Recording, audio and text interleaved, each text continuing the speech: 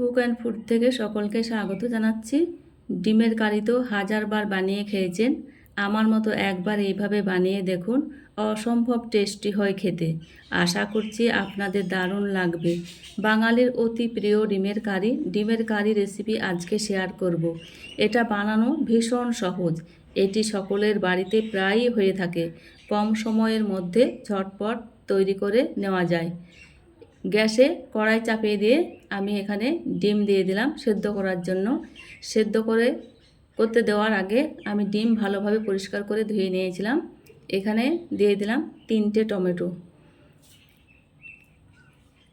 সেদ্ধ করতে দিয়ে আমি 10 থেকে 15 মিনিট ডিম সেদ্ধ করে নেব। আপনি যদি আমার চ্যানেলে নতুন হয়ে থাকেন, চ্যানেলটি সাবস্ক্রাইব করে নিতে পারবেন। আপনি যদি কাজটি অলরেডি করে থাকেন, আপনাকে অসংখ্য ধন্যবাদ। ডিম সেদ্ধ হয়ে গেছে, আমি এবার জল ঝরিয়ে ডিম টমেটো তুলে নিচ্ছি। ডিম টমেটো তুলে নিয়ে ঠান্ডা করে জল দিয়ে দিচ্ছি। জল দিয়ে ডিম ছিলে নেব। এই রেসিপিটি কম সময়ের মধ্যে ঝটপট করে নেওয়া যায়। বাড়িতে কোনো অতিথি আসলে বসিয়ে রেখে ঝটপট তৈরি করে নেওয়া যায়। ডিম আমি সবগুলাকেই এবার ছিলে নিচ্ছি। আমার চ্যানেলে নিত্য নতুন রেসিপি পেতে লাইক কমেন্ট করে পাশে থাকবেন। এইভাবে আমি সব ডিমগুলাকেই একে একে ছাড়িয়ে নিলাম। ছাড়িয়ে নেওয়া হয়ে গেছে। এবার টমেটোর খোসাগুলোকে ছাড়িয়ে নিচ্ছি। এইভাবে ছাড়িয়ে নেওয়া হয়ে গেছে। আমি ডিমগুলাকে এবার চাকুর সাহায্যে চিট দিয়ে দেব, যাতে মশলা ডিমের মধ্যে ঢুকে যায়।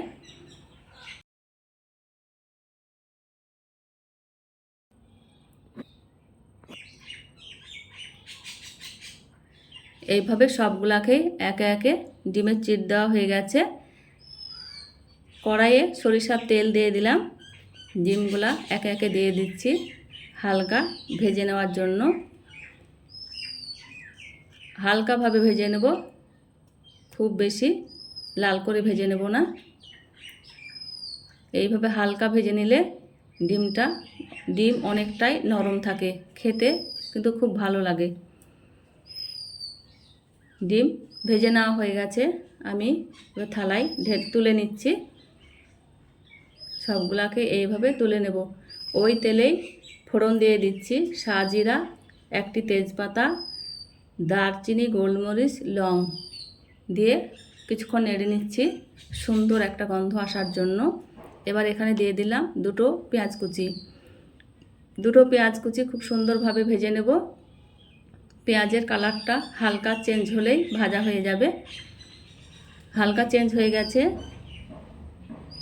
টমেটো দিয়ে দিলাম। টমেটো পেঁয়াজের সঙ্গে কিছুক্ষণ নেড়ে নিচ্ছি। কিছুক্ষণ নেড়ে নেওয়া হয়ে গেলে এখানে দিয়ে দিচ্ছি স্বাদ মতো লবণ, হলুদ গুঁড়ো, লঙ্কার গুঁড়ো, জিরার গুঁড়ো। এখানে একটা পেঁয়াজ পেস্ট করে রেখেছিলাম, দিয়ে দিলাম। আদা রসুনের পেস্ট হাফ চামচ। সব কিছু ভালোভাবে কষিয়ে নিচ্ছি। টমেটোর সঙ্গে মশলা খুব ভালোভাবে কষিয়ে নিতে হবে, যাতে মশলার কাঁচা গন্ধ না থাকে। দেখুন টমেটো অনেকটাই সেদ্ধ হয়ে গেছে, নাড়তে নাড়তে একদম গলে গেছে। এইভাবে 1 মিনিট ভালোভাবে কষিয়ে নিতে হবে। এই মশলা যত কষানো হবে এই ডিমের কারির স্বাদ ততই বেশি হবে। ভেজে রাখা ডিম দিয়ে দিলাম। ডিমের সঙ্গে মশলা আবারও কিছুক্ষণ কষিয়ে নেব। এই সময় আলতো হাতে কষিয়ে নিতে হবে, যাতে ডিমগুলা ভেঙে না যায়। খুব সুন্দরভাবে কষিয়ে নিচ্ছি। কষিয়ে নেওয়া হয়ে গেছে। এবার আমি জল দিয়ে দিচ্ছি। যতটুক আমার গ্রেভি দরকার ততটুকু জল দিয়ে দিচ্ছি। এবার আমি ঢেকে রান্না করে নেব। ভিডিও নোটিফিকেশন পাওয়ার জন্য বেল আইকন প্রেস করে রাখবেন। ঘরে ডিম থাকলে খুব সহজেই এই রেসিপিটি করে নিতে পারবেন। কোনো অতিথি আসলে ঝটপট অতিথিকে বসিয়ে রেখে এই রান্নাটি করে নিতে পারবেন। এই রান্না হয়ে গেছে। ওপর দিয়ে 1 চামচ ঘি দিয়ে দিলাম। ঘি দেওয়ার জন্য এর স্বাদ দ্বিগুণ বেড়ে যায়। ওপর দিয়ে এক মুঠো ধনেপাতা কুচি ছড়িয়ে দিচ্ছি। ছড়িয়ে দিলাম, আমার হয়ে গেছে। এবার আমি নামিয়ে নিচ্ছি। নামিয়ে নিয়েছি, একটি থালায় তুলে নিচ্ছি।